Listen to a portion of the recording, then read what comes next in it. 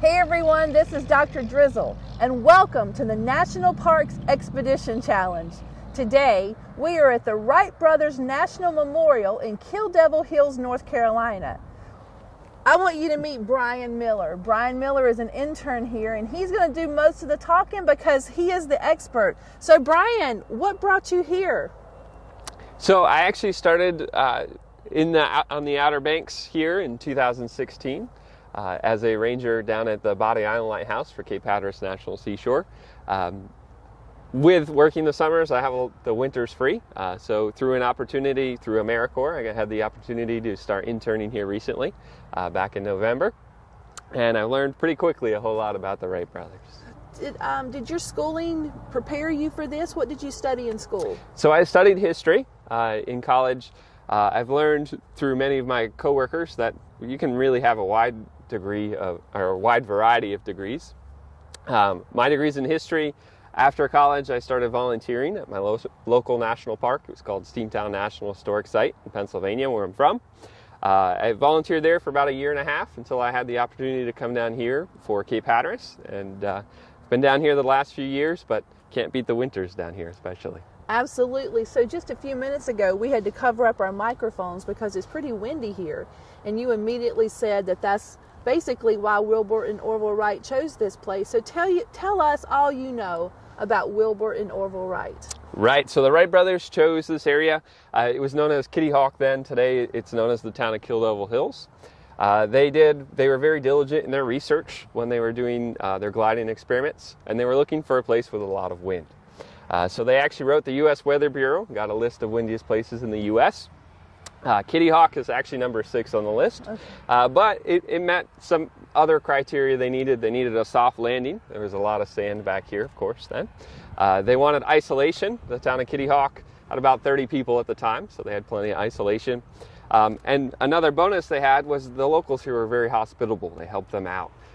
So that's why they chose Kitty Hawk. They came down here for several years. They started in 1900, came in 1900, 01, 02, and then flew in 03. So you told me earlier that the 115th anniversary was just this past December 17th. Did you guys do anything special for that? Yes, so every year we host the celebration. We have several speakers. We actually have a Hall of Fame based in our visitor center here, and we induct a new member. We had some speakers from NASA this year actually, and we always end it with a nice flyover at 10:35, the moment of the first flight. What's your favorite thing about working here at this site? I really like here and in the Park Service as a whole. I really like meeting visitors from all over the world. They have great stories to share and great experience to share. So it's really neat to interact with millions of people, really. Is there a particular story from the Wright brothers' history that intrigues you or gets you excited? Yeah, so the brothers, neither of them actually finished high school, but they were both very brilliant. They were both self-taught, and they didn't give up. One of the problems they had a lot of trouble when they came in July 1901 with one of their gliders. They had been using scientific data from other experimenters at the time, and they had a feeling that some of the formulas they were using were wrong, but they weren't sure how to prove it. Until they do some more research, they discovered the wind tunnel, and they actually test those formulas themselves. So they were pretty smart guys. They didn't give up. Well, we always talk about that fail means first attempt in learning. So obviously they had a lot of failure. I know that with NASA, they talk about failure is not an option, but with our students, we talk about failure is always an option because you can learn from that. So you said that the Wright brothers wanted to build here. One of the reasons was that it was isolated. Why did they need that? Right, so the Wright brothers were a follower of a gentleman. His name was Otto Lilienthal. He was a glider experiment. He did his experiments in Berlin, Germany. And they learned from Lilienthal that they wanted some privacy because whether Lilienthal succeeded or failed because he was near Berlin, it was in the newspapers every day. And they wanted some isolation. They wanted privacy to do their experiments. Well, obviously, when it worked here, they wanted that that publicity. How did that happen? Who was here to share that moment? Right. So the brothers, while they were here, they documented their time. They had journals. They kept all their letters that they sent to their family and other experts. They took pictures the whole time they were here. We of course have the famous first flight photo, thanks to them. But after their success, They walked up to the town of Kitty Hawk, which is about 4 miles north of us, and they sent a telegram to their father, who was back in Dayton, Ohio, where they're from. They sent a telegram. It's very short. Basically, we had success. It was 4 flights. And the very last line is inform press. So their father did go to the press. Some of the press actually intercepted the telegram, but they had very little to go off. It was just a few words. So the press actually just kind of filled in the blanks. So we have some examples actually in our visitor center, and it talks about how some of the publications, there was one the next day from the Virginia Pilot, which is sort of a local paper for here.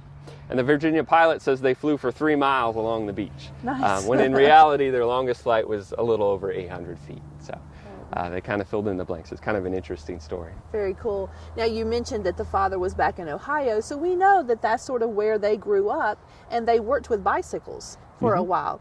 And I also read that they owe a lot of their success to their mom, that she's the one that sort of, that always believed in them and knew that they would be successful. So we honor them here, but is there also something in Ohio that memorializes them? There is. So absolutely. There's the Dayton Aviation National Historical Park. It honors the brothers' process of flight.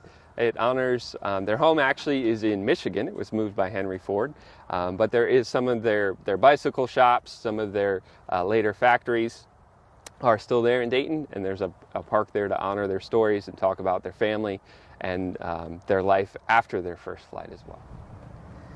So Brian, obviously they needed something to do while they were here because they stayed for, a month at a time. So tell me about the life here and what this place actually looked like in the 1900s, early 1900s. Right, so when the brothers were here, it was all sand. There was none of these grass or trees. Those were added later in time to make it a little bit more comfortable for us today.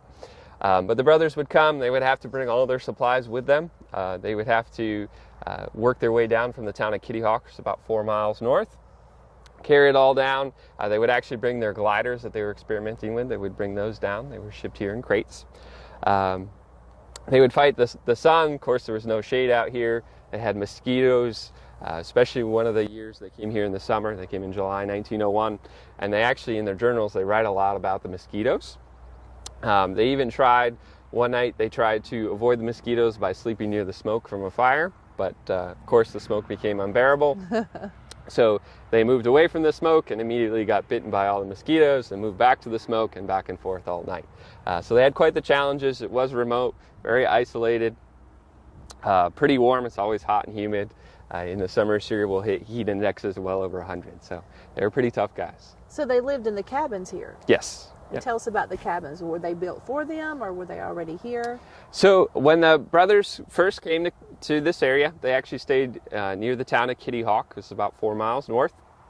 While they were there, the locals told them about this area, which we call Kill Devil Hills today. There used to be a series of 4 sand dunes in this area, including Big Kill Devil Hill right here behind us. But they came down to this area. At first, they stayed in a tent. But as you know, it's always windy here, so they had trouble keeping the tent upright. Eventually, they built a separate building beside their tent to house their gliders, and it was a workshop for them. When they came back in 1902, they decided they had enough of the tent life, so they added on to the front of their workshop. There was a living area. They had a kitchen, and they slept up in the rafters. And then in 1903, when they came back with their flyer, it was too big to fit in the building with them, so they built a hangar beside it. So today we have the 2 buildings. We have the quarters, as we call it, that house their kitchen, living space, and a small workshop, and then the hangar beside it. So I have a challenge for you students, and this challenge is called Historical Highway. I'm going to ask that you find a minimum of 5 and no more than 10 historical sites around where you live. Do a little bit of research, and only using those sites, tell your story of America, whatever it looks like from where you live. Send those to me, and then we're going to pair you up with another classroom across the country so they can tell their story based on their historical sites. Let's see what type of perspectives we come up with. What a beautiful day it's been here at the Wright Brothers National Memorial. Thank you. Brian, it's been great. This is such a great place to be, and your scenery is pretty good. Now, we have some students sitting in their classroom right now who are thinking, I want to do that when I grow up. So any advice for them? Right. So if you're interested in maybe one day working for the National Park Service, we do have a wide variety of areas. We have historians, we have scientists. I would say, first of all, just learn more about the history of your area. I'd also say just keep up with your reading. No matter where you end up in the Park Service, reading is one of the main parts of my job. So definitely learn to grow your reading skills as well. Beautiful. So thank you so much. Everyone, it's been a great day. This is Dr. Drizzle, out.